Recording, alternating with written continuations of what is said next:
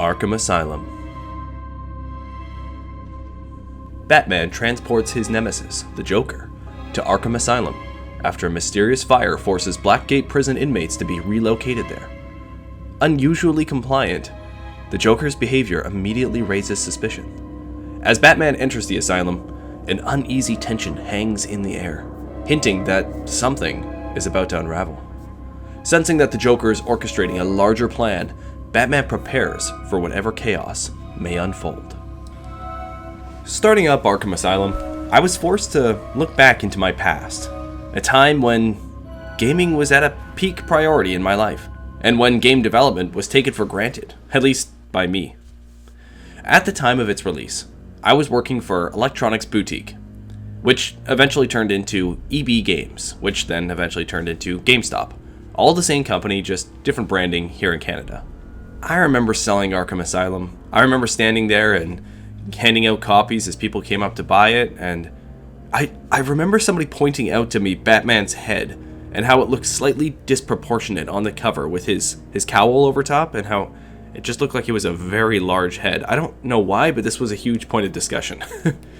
What I remember most about Batman fans when they came up in the store to buy the game was how you could sense this feeling that this was a Batman property that just got it right.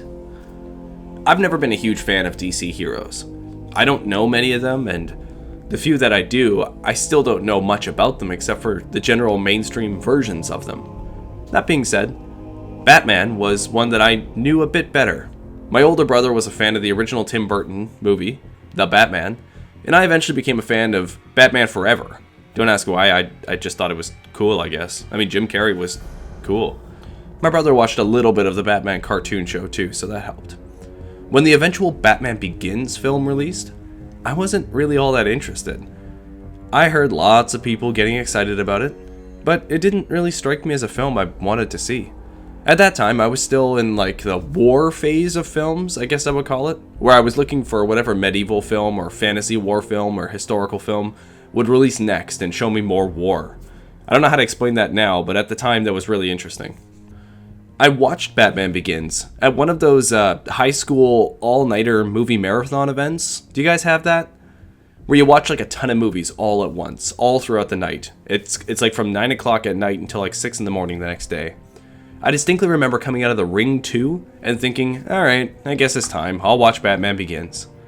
For some reason, I felt like the only person who watched it and just didn't really like it. It wasn't bad, really. But I didn't really like Christian Bale's version of Bruce Wayne. I thought it was kind of one note. I preferred Michael Keaton's much more. We all like that scene with Michael Keaton where he's like, "Wanna get nuts?" I also don't like the general slowness or the tone to Batman Begins. It just felt off to me. And then The Dark Knight came out.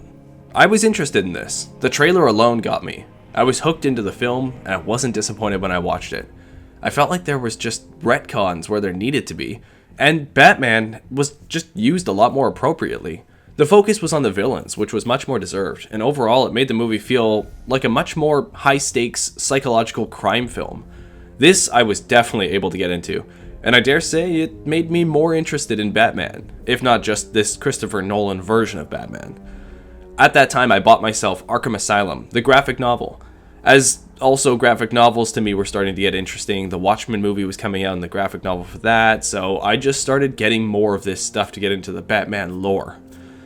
Then The Dark Knight Rises came out and I realized that this is just a fleeting thing, and I didn't really like that movie, and I kind of lost interest for Batman all over again.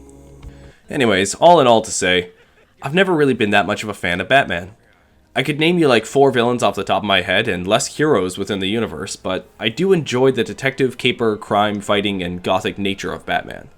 When Arkham Asylum released, those fans would come up to me and talk about Mark Hamill's performance as the Joker, which was honestly my first time hearing that Mark Hamill did anything other than Luke Skywalker. And then of Kevin Conroy playing Batman, and that these were original voice actors returning to this game. Again, I'm not in these circles, so I didn't really care or know about the trivia or know that this was a big deal or anything.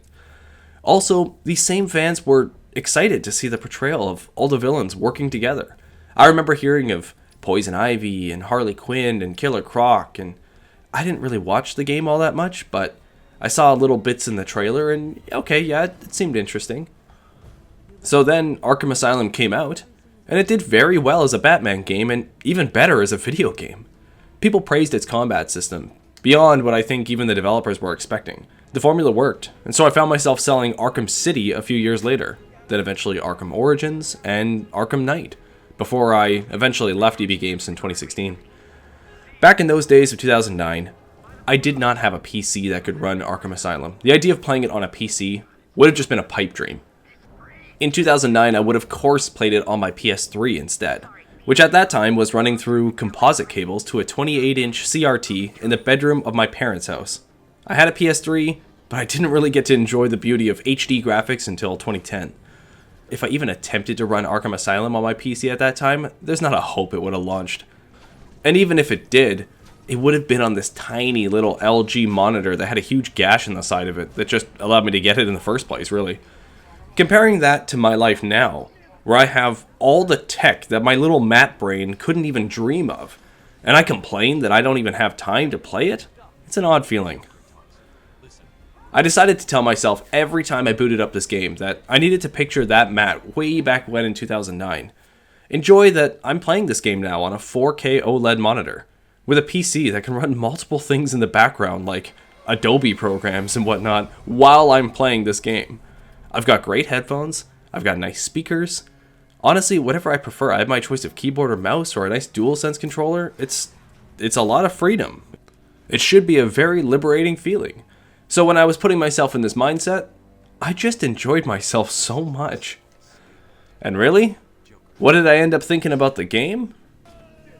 Well, coming off of the back of Yakuza 0 and its long-form narrative and free-form open-world gameplay, this was a nice breath of fresh air. It felt oddly liberating to know that I was having my hand held through Arkham Asylum. And funny enough, the game feels much larger than the open-world nature of Yakuza. I think it's just due to the narrative structure of the entire map in Arkham. From something as simple as like scaling a cliff and looking out over the water, seeing the Wayne buildings, seeing Arkham, seeing Gotham in the background there's just a sense of life all around Arkham Asylum. It's oddly quite beautiful.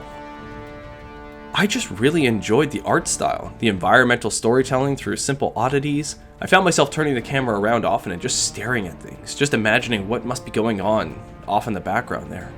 I felt as if these characters were truly here on the Arkham Asylum island with me, and it just felt right. First and foremost, the graphics to Arkham Asylum are great. The lighting in this game is fantastic, and it makes the character models shine. Joker could look way too goofy if you lit him wrong, but the darkness and the lightning flashes and the odd hue changes around him just lend to this mystique about the character. Batman himself not only is lit perfectly in these shots, but he gets lined up nicely in many shots to appear more menacing or sometimes smaller, taking the world in around him. He always appears in control. Even with my horrible skills at controlling him in this game, I don't know what is wrong with me, but I'm just not very good at this game at all. The asylum itself is gorgeous. Each building has its own specific art style and sense to it, and it even dramatically changes as the story progresses. I really liked the botanical gardens. I felt like that was one that just had a unique sense to it, and then it shifts and changes as the game goes on. I felt the sense of Poison Ivy's plants running through the buildings and going across Arkham itself, and the changes actually rooting past that I had previously gone through. The music and the sound to the game is also incredible. This is one of those games where the score comes in at perfect moments to either make you feel like a badass throughout a fight, or just make you feel the intense pressure of role-playing as the hero. Coming up over into a nice view of your objective and hearing the theme kick in, there's really no better feeling than that. The gothic tones and the orchestral hits are exactly what the atmosphere needs, and I found myself just putting the soundtrack on sometimes at work, just to keep myself in that mood. For sound, I have to give it to the punches. The weight of each punch is just felt and heard, and I think it's mainly due to the sound design. It's fantastic. And that feel when you just smash into one of the guys, it's got that bassy tones to it. I just loved it. In terms of gameplay, I very much enjoyed it. I was incredibly surprised to see how much more of like a Metroidvania this game was, and how much less of a stealth game it was. I actually felt like I was playing Super Metroid mixed with Metal Gear Solid, and that's a combo I'm definitely okay with. For the combat portions alone, I enjoyed myself. I wasn't great at the combos. I didn't really get the knack of it down, but it was always fun. I'm a big fan of the Middle-earth, Shadow of War, and Mordor games. Those games, they feel a little bit more polished with their combat engine than this one, as they should since it released after. But since they are what I'm used to, I wonder if that's where my fumbling occurred. There just seemed to be many moments where Batman wasn't really reacting to my button presses, or it didn't feel like it at least. I don't blame the game, I definitely could have been doing something wrong. For the longest time, for example, I actually thought that square was counter and not triangle, so I was the one making that mistake. I was happy to see that for the stealth, it was challenging at times for me, but again, satisfying, which is a nice combo for me in these games. I enjoy a challenge as long as there's a reward for persistence. The game always rewarded me, and I enjoyed some of the roughness that those areas gave me with those goons. My only real complaint in the enemy design was with Scarecrow. I enjoy the bosses to this game, but the Scarecrow boss is an odd one. I appreciate the different form of the challenge, but to do this platformy style peekaboo thing, it just didn't sit right with me. Don't have me get seen and then push me back to a checkpoint. That's boring, and it feels like such a waste of time to be waiting for Scarecrow's eyes just to not look at me. Do something like remove health and let me move on with my life, telling me I could have done better and, you know. I don't need to be forced to do it over again though every time. I found myself just hating these moments for Scarecrow, which is just such a shame because the environmental storytelling moments for him are amazing. I really enjoyed the narrative point of view, just not the gameplay. The Poison Ivy fight, Killer Croc, Bane, Harley Quinn, and even Joker, they all felt appropriate from a gameplay perspective, but also from a pace perspective. I felt the satisfying completionism from the game taking them out, and I mostly enjoyed each battle. Joker's fight at the end felt a little odd, but at the same time it used multiple mechanics to win, and that makes sense. For the storyline, I thought that the narrative-driven hallway-to-hallway structure worked really well. Arkham felt alive, and they introduced characters at a great rapid rate. It made me feel like you never know who was hiding around each corner. Batman has such interesting villains, and you really get to see them all teaming up together in this game. It's just really fun to watch. From the amazing introduction that really sets the tone, to the way it bobs and weaves through its predictable but fun character moments, the game really sets it up, telling you, don't worry, you're gonna have fun, this is a Batman game. This felt like a great beginning to end one-off comic storyline, all the way until the ending where Batman lives to fight another criminal and the great cost to himself. You can't really ask for a better storyline throughout. I found myself wanting to see this as a movie. It doesn't even need to be part of a larger universe or anything, just a one-off great film. I don't know where to mention it, so I'll just say it here. I had some minor graphical issues, up to kind of major graphical issues throughout the playthrough, but I do think that this was because of me. I was trying some funkiness when playing it on my Steam Deck and switching back and forth to that on PC. I was streaming through Moonlight and Sunshine, and I just don't think that this game from 2009 was meant for that kind of dynamic resolution change, so that might have been the problem. Arkham Asylum was solid. I had fun, and I'm excited to play Arkham City when it eventually shows up in my list. Glad I played this, and I can finally understand what everyone else was so excited about back in 2009. I give Arkham Asylum 8 Batarangs out of 10. And now, as for my Monty challenge, I do apologize about the delay between the videos. I took some time for family stuff, and I didn't play any video games in that time. It was a really nice break, and I got to spend more time with my family, which is nice. I have some pretty young kids, and any time I can get with them is worth it. But I was excited to get back into making videos again and getting back into some gaming, so I started cleaning my room, and I just discovered a whole manner of crazy stuff while I was doing that.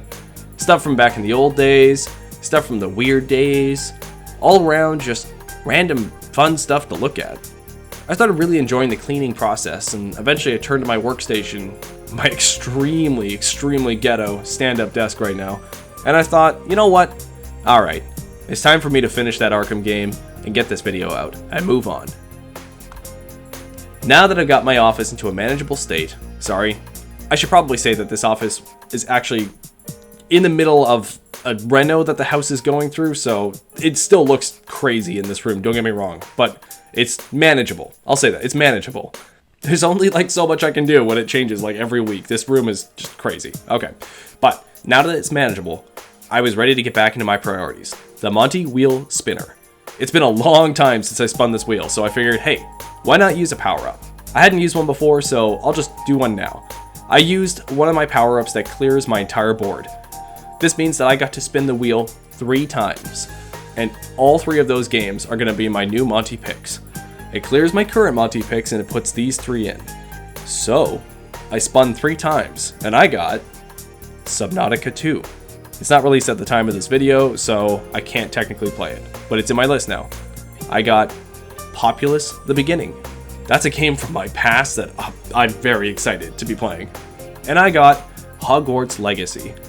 That's really odd timing because I happen to be going through the Harry Potter audiobooks right now. I'm a big fan of Harry Potter, and when that came up, I was like, oh my gosh, I haven't played it before and I've always wanted to play this game. So I decided to pick Hogwarts Legacy for a lot of reasons that I'll just get into with that video when I eventually make it. I don't expect there to be a long gap between this video and that one, but you never know. That being said, I have a few other videos I'm working on as well, so maybe those can fill in the gap. Who knows. Anyway, all I know is thank you so much for taking the time to watch this video. Stay tuned for more, have a good one, and stay true to yourself. Bye-bye.